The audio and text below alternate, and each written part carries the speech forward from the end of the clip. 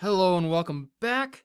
I want to go ahead and just try to pull up an example of using some of the previous theorems real quick from some of the online homework you might be looking at. So I've got my study plan open here.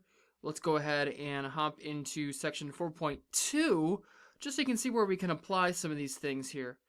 And let me go ahead and open up the practice so we can take a look at some of these problems.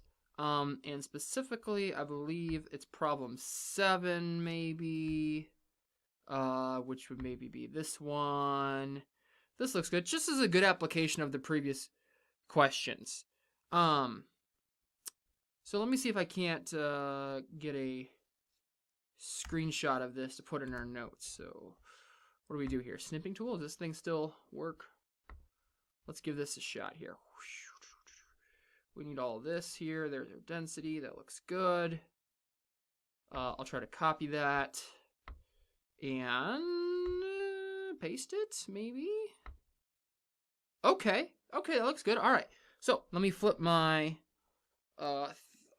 laptop here into tablet mode. Boom. There we go. And I just want to go ahead and just work through this example,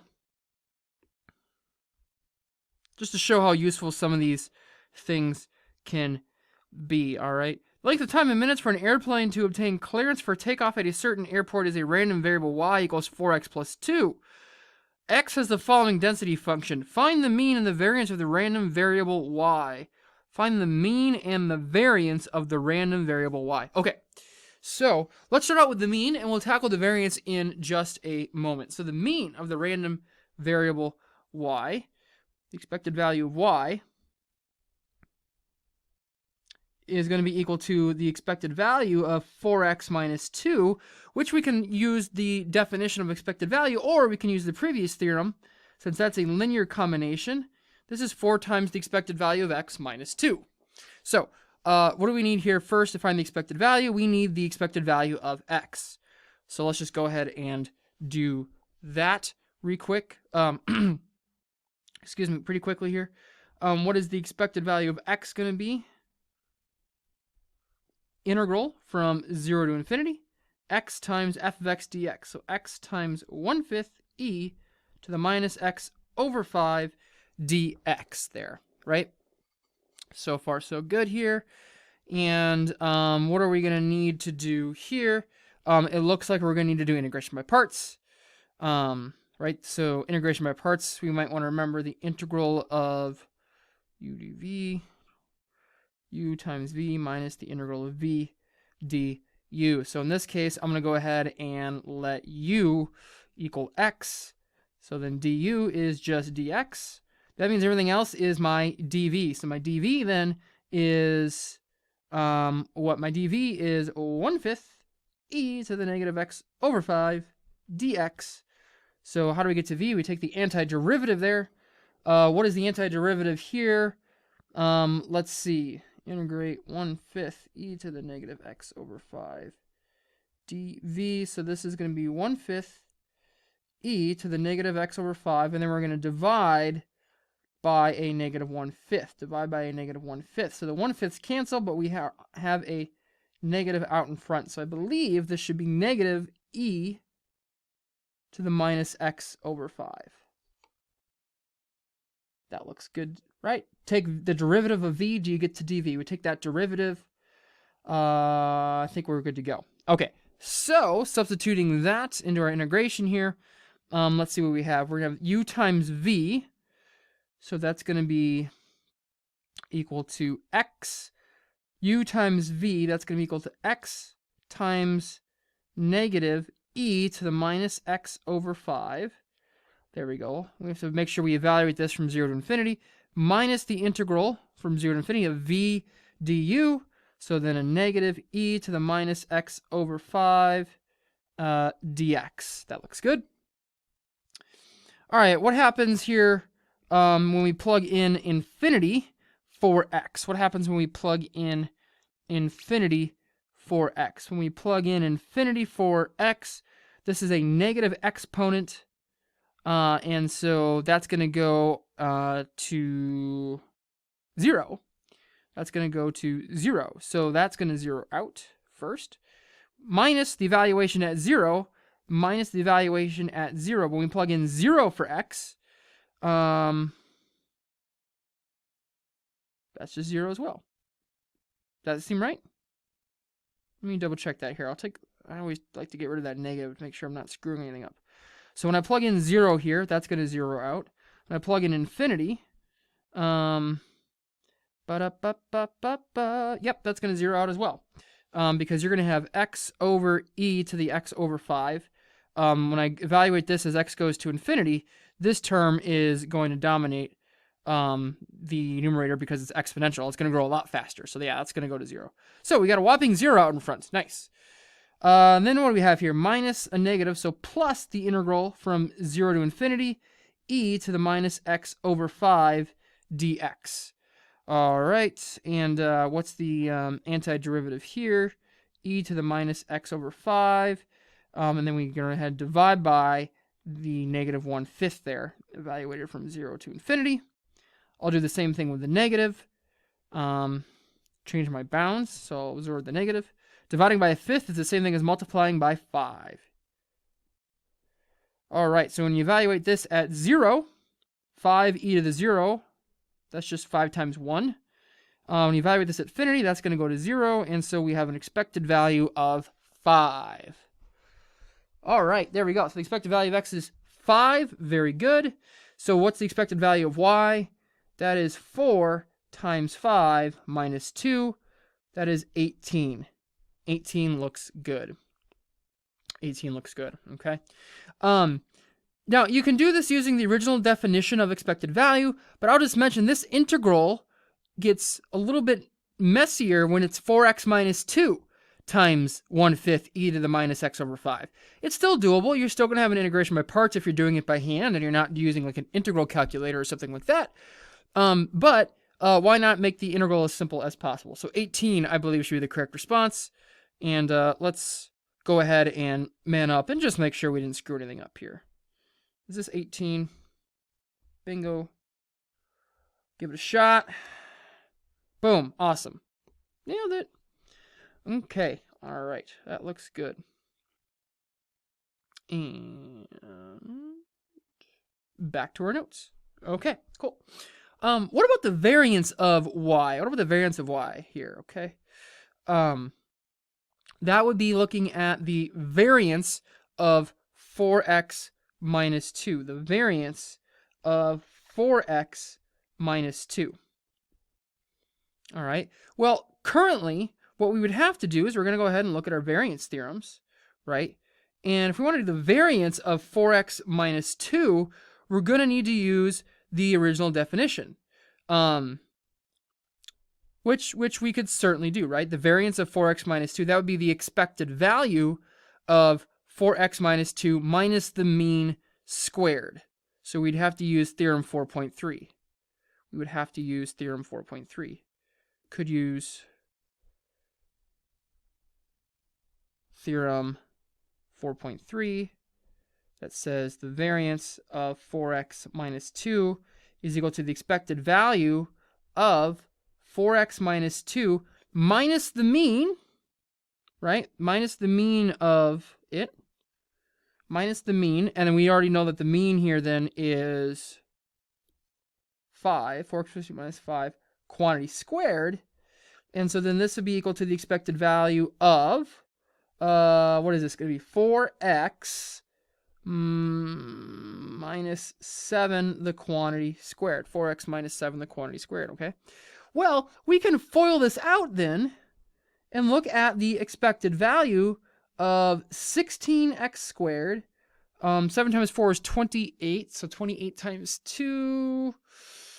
28 times 2 is 56x plus 49. And what we know about expected value is that this is going to be equal to 16 times the expected value of x squared minus 56 times the expected value of x, which we already know to be 5.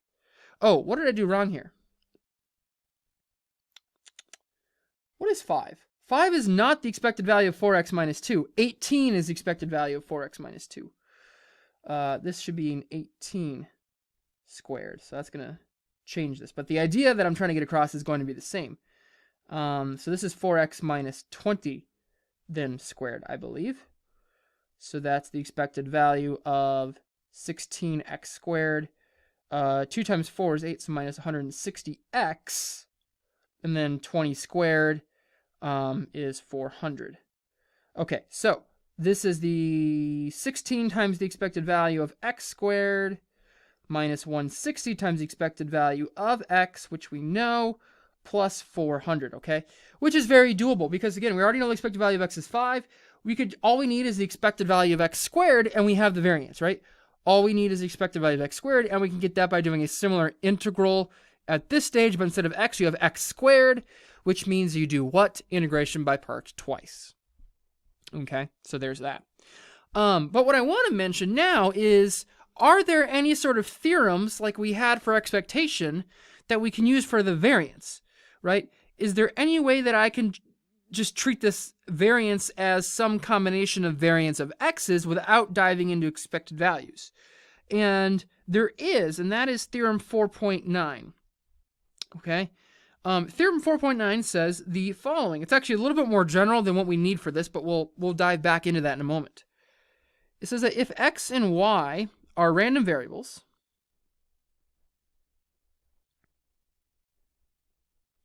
with joint PDF f of x comma y, and a, b, and c are constants,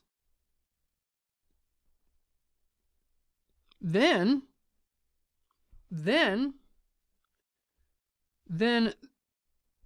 variance of ax plus by plus c is equal to a squared times the variance of x plus b squared times the variance of y. Oops. Well, that sigma squared notation is correct, but let's just be consistent here. Variance of y plus 2ab, that is a cross product term, 2ab times the covariance of x and y. Or if you want to use your sigma notation, this is a squared sigma squared x plus b squared sigma squared y, and then we have a cross product term, 2ab times the covariance of x, y.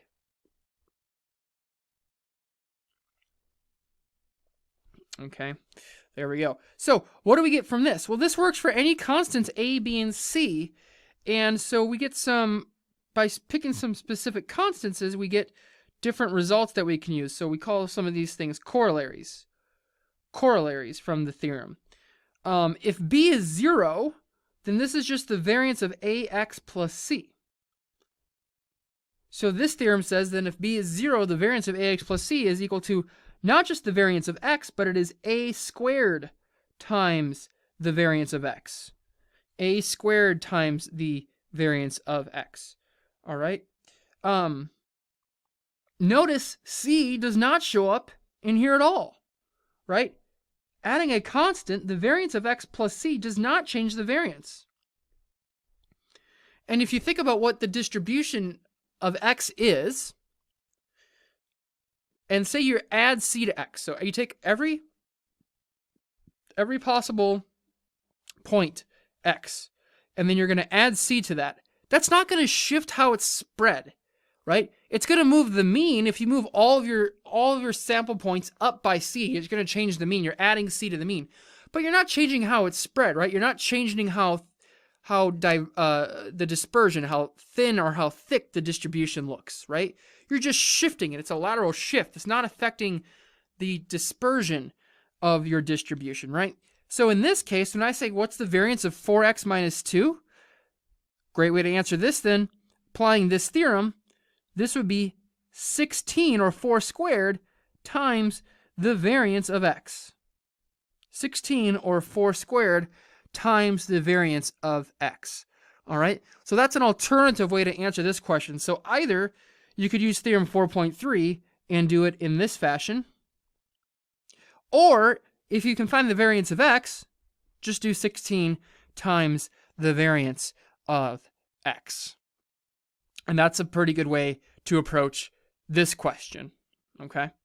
That's probably how I would do it. 16 times the variance of x. All right? There we go. So we have that. Oh, there's some other corollaries that we can get from this, right?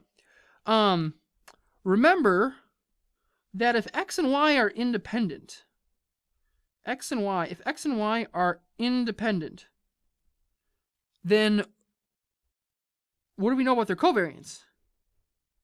The covariance of x and y, if they're independent, is 0.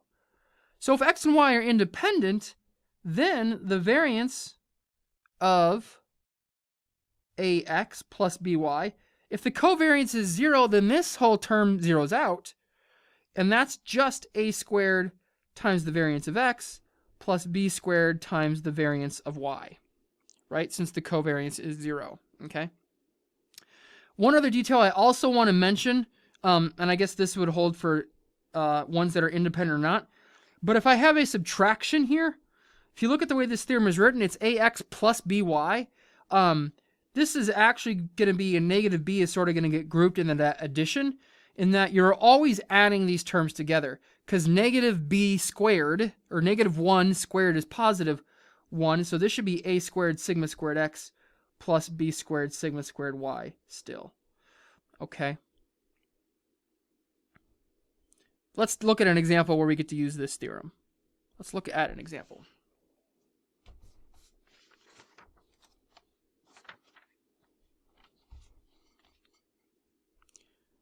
Suppose that sigma squared of x is equal to 2 and sigma squared y is equal to 4. And sigma xy is equal to negative 2. Let's go ahead and find the variance of z, where z is equal to 3x minus 4y plus 8. All right, here we go. This is a really nice use of this theorem. The variance of z is the variance of 3x minus 4y plus 8. So according to that theorem, it's going to be, our coefficients are squared, so 3 squared is 9, so this is 9 times the variance of x. And then negative 4 squared will be 16, so plus 16 times the variance of y, plus 16 times the variance of y. And then, what is it? It's plus 2 times a times b. So plus 2 times a is 3. B here, you got to be careful, b is negative 4. And then what, times the covariance of xy. Covariance of xy, we have given in the problem. So let's just substitute in the numbers we have. 9 times sigma squared x, that's 2. 16 times sigma squared y, that's 4. And then we have 2 times 3 times negative 4. Covariance is negative 2. And so we should get 130. 130. Okay. Awesome. Just to get a little bit of familiarity with the mechanics, right? This question's obviously assuming you have a lot of information already, so right? Assuming you've computed the variance of x and the variance of y and the covariance. There's a lot of work, obviously, that goes into that, but that is not new material, right? The new thing we have here is trying to use this formula. So just focusing on getting some familiarity with the mechanics of plugging those things in. One more example. Let's suppose that x and y are independent random variables with sigma squared x equals 2 and sigma squared y equals 3. Let's go ahead and find the variance of z, where z is equal to 3x minus 2y plus 5.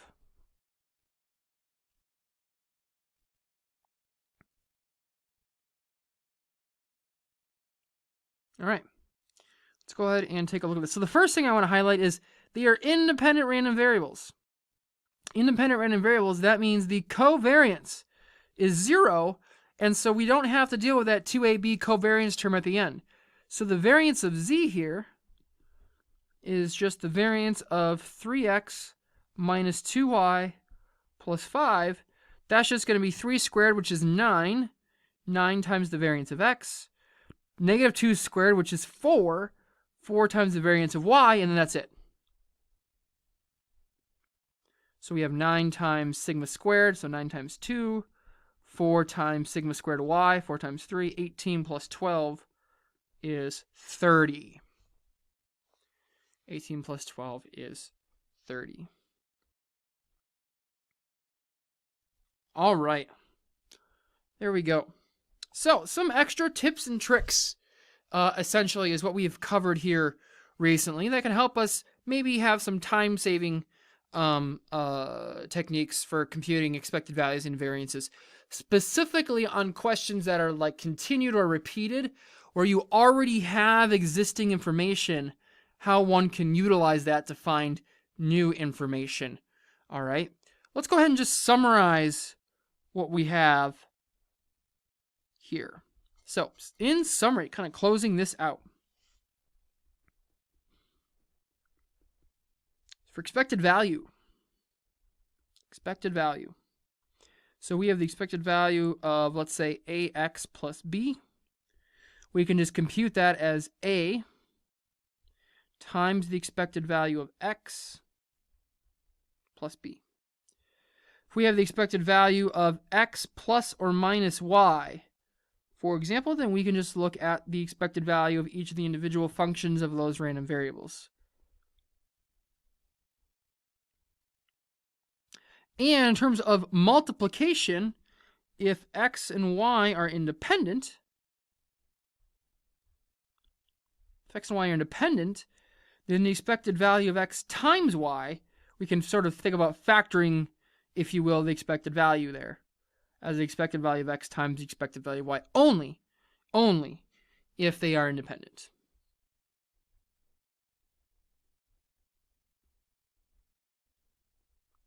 All right. How about the variance? Okay. Well, what we saw is that adding a constant to a random variable does not change the variance, right? Adding a constant to a random variable does not change its variance.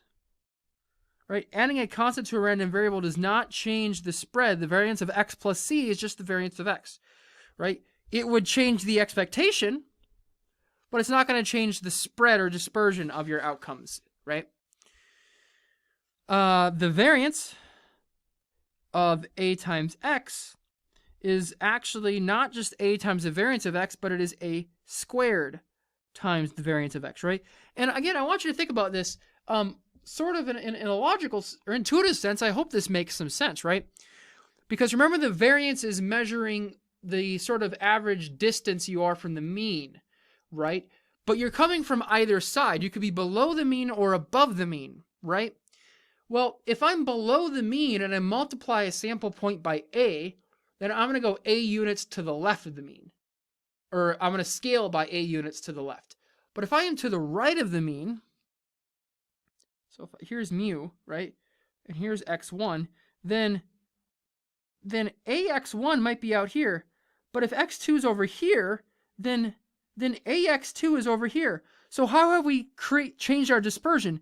We haven't just gone from here to here. We haven't increased by a factor of a, but we've gone by a to the left and a to the right. It's a squared. It's the squared distance that we've just increased our dispersion, because we've increased it by a factor of a in both directions. So it's a squared times the variance of x. In a slightly more general sense, the variance of ax plus by then is equal to a squared times the variance of x plus b squared times the variance of y, and then plus 2ab times the covariance of x and y. Plus 2ab times the covariance of x and y. All right. Notice the variance is always going to be non-negative, right? It's a measure of distance or dispersion. Variance is always non-negative. We're never going to have a negative variance. That doesn't make any sense. Okay? That doesn't make any sense. 2ab times the covariance of xy. Remember from earlier, the covariance of xy is equal to the expected value of x times y minus the expected value of x times the expected value of y. Okay? Hey, here we go. Now we have a reasoning for the theorem that we talked about earlier. If x and y are independent, right? If x and y are independent, what is the covariance? Well, if x and y are independent, the covariance is 0. All right? And we just kind of took that for granted. But we don't need to, right? Because if x and y are independent, what's the expected value of x times y? It's expected value of x times the expected value of y. Only if they're independent do we get that. But if they're independent, substitute that into your covariance calculation, and obviously everything zeroes out. You just get that on the same screen. If they're independent, then this becomes that. So then your covariance calculation becomes expected value of x times y minus, these are the same things. These become the same expected value of x times expected value of y. Those are the same. So of course it's going to zero out. Of course it's going to zero out. And lastly, I want to mention again, just for completion, to have in our summary here, the correlation coefficient. Correlation coefficient, we don't work too much with this, but just to be aware this exists. The correlation coefficient is the covariance divided by the standard deviations of your random variables.